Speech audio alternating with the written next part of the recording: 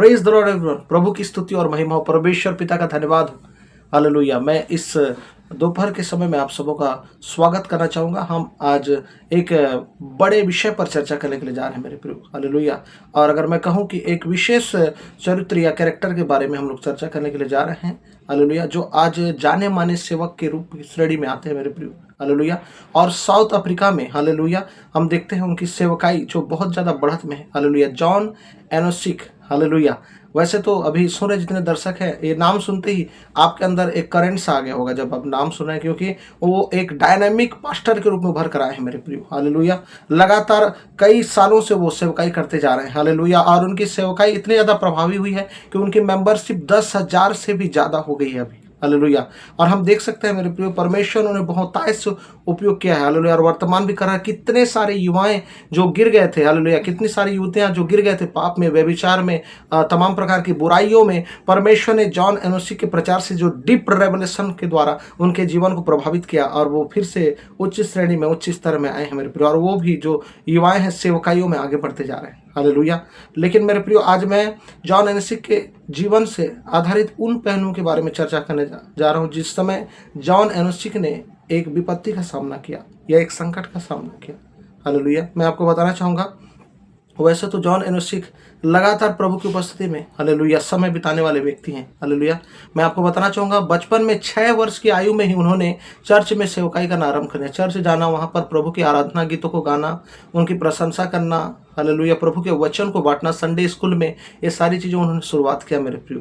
Hallelujah. लगातार वो इसी तरह चलते गए। बाइबल में लिखा है मेरे प्रियो, परमेश्वर धर्मियों के संग हमेशा रहता है। लेकिन बाइबल में एक और भी आयत लिखा हुआ है। आइए मैं एक आयत आपके बीच में पढ़ रहा हूँ। हालेलुया।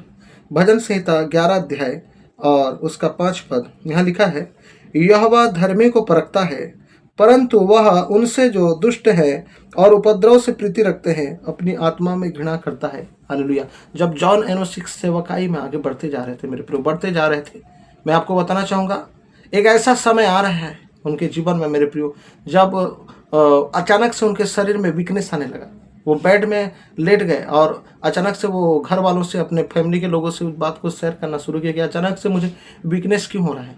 और उन्हें डॉक्टर के पास ले जाया जाता है। डॉक्टर चेक करते हैं और डॉक्टर बताते हैं कि तुम्हारा हार्ट का प्रॉब्लम निकला हुआ है।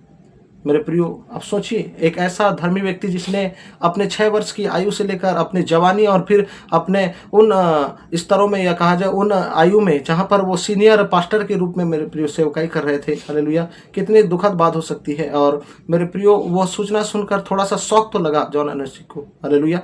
क्योंकि एक ऐसा भी मैसेज उनके पास आया कि 3 साल उनके पास था केवल। हालेलुया मेरे प्रियो। और ज़्यादा उनके पास बचने का कोई चांस नहीं था। हालेलुया। कोई ज़्यादा समय उनके पास नहीं था। और 3 साल तक लगातार इसी परेशानी से जूझते रहे। बाहर में सेवकाई चल रहा है, बाहर में प्रचार चल रहा है, बाहर में लोग चंगे हो रहे हैं, लेकिन उनके जीवन की पीड़ाएं हालेलुया लगातार चल रही थी मेरे प्रियो। हालेलुया। और वो किसी से इस बात को शेयर नहीं किए थे जब तक कि वो पूरी तरह हील नहीं हुई। हालेलुया। केवल उनके परिवार के लोग, कुछ ही जानकार में जो उनके आसपास में जो लोग थे, या फिर कहा जाए उनके संगति में जो लोग थे, जो उनके घनिष्ठ लोग थे, वही उन बातों को जानते थे मेरे प्रियो। बाद में धीरे धीरे इसको डिक्लेयर किया गया और पूरी कलीसिया उनके लिए प्रार्थना करना शुरू कर दिया। हालेलुया। मैं आपको बताना चाहूँगा, लेकिन जहाँ दूसरी ओर कलीसिया इस पछतावे के साथ कि कहीं जॉन एनोसी को कुछ हो ना जाए, दुख होकर प्रार्थना कर रहे थे। जॉन एनोसी का विश्वास दृढ़ रहा मेरे प्रियो, दृढ़ रहा, स्थिर बने रहे मेरे प्रियो। 3 साल तक वही पीड़ा को झेलते रहे। अचानक से उनके हार्ट में पेन होना शुरू हो जाता था, अचानक से उनके बॉडी में वीकनेस आ जाता था। ऐसा लगता था कि पता नहीं और वो फिर से उठ पाएंगे कि नहीं। कई बार ऐसी स्थिति भी आई। हालेलुया। उन्होंने अपनी गवाही में, टेस्टिमनी में शेयर किया, जब मैं बेड में सोने जाऊंगा और जब मैं सोऊंगा और उसके बाद जब मैं उठूंगा तो पता नहीं मैं जीवित रहूंगा कि नहीं, बोलकर कई बार ऐसा उनके मन में भी हालेलुया आता था मेरे प्रियो। लेकिन एक बार भी उन्होंने अपने मुंह से परमेश्वर की निंदा नहीं की, या उन्होंने नहीं कहा कि परमेश्वर क्यों, मैं इतना पवित्र जीवन जिया, इतना सारा सेवकाई किया तेरा, मैं इतना सैक्रिफाइस किया, है ना, बचपन से लेकर जवानी तक, और फिर अभी जब मैं सीनियर पास्टर की सेवकाई कर रहा हूँ उस समय भी। हालेलुया मेरे प्रियो, कभी भी उन्होंने उलाहना नहीं दिया प्रभु को, या नहीं कहा कि तूने मुझे रोगी क्यों बनाया है। हालेलुया। वो अपने विश्वास में अड़े रहे, खड़े रहे मेरे प्रियो। मैं आपको और एक कैरेक्टर के बारे में बताना चाहूँगा। बाइबल में एक कैरेक्टर है अय्यूब करके। हालेलुया। अय्यूब सारी परिस्थितियों में हालेलुया स्थिर बना रहा मेरे प्रियो। उसके बच्चे चले गए, उसका खेती किसानी, उसका फसल, उसका फाइनेंस चला गया, यहाँ तक कि उसका हेल्थ चला गया, सब कुछ खत्म हो गया मेरे प्रियो। लेकिन अय्यूब के हृदय में यीशु मसीह हालेलुया वास कर हालेलुया। उसी रीति से हम देखते हैं जॉन एनोसिक ने अपने हृदय में यीशुआ को बसा के रखा था।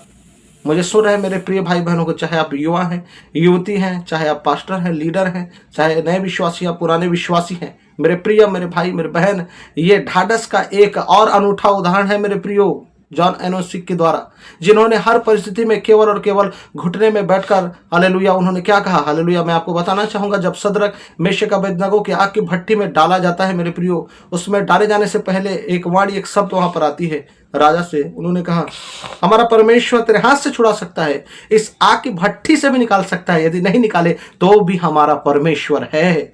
और जॉन एनोसिक उस स्तर में चले गए मेरे प्रियो, जहां पर और जीवन कोई मायने नहीं रखता, क्योंकि उन्होंने एक ही वचन को अपने मन में बैठा के रखा था, जो यूहन्ना 14:6 में लिखा है, मार्ग, सत्य और जीवन मैं हूं, यीशु ने कहा।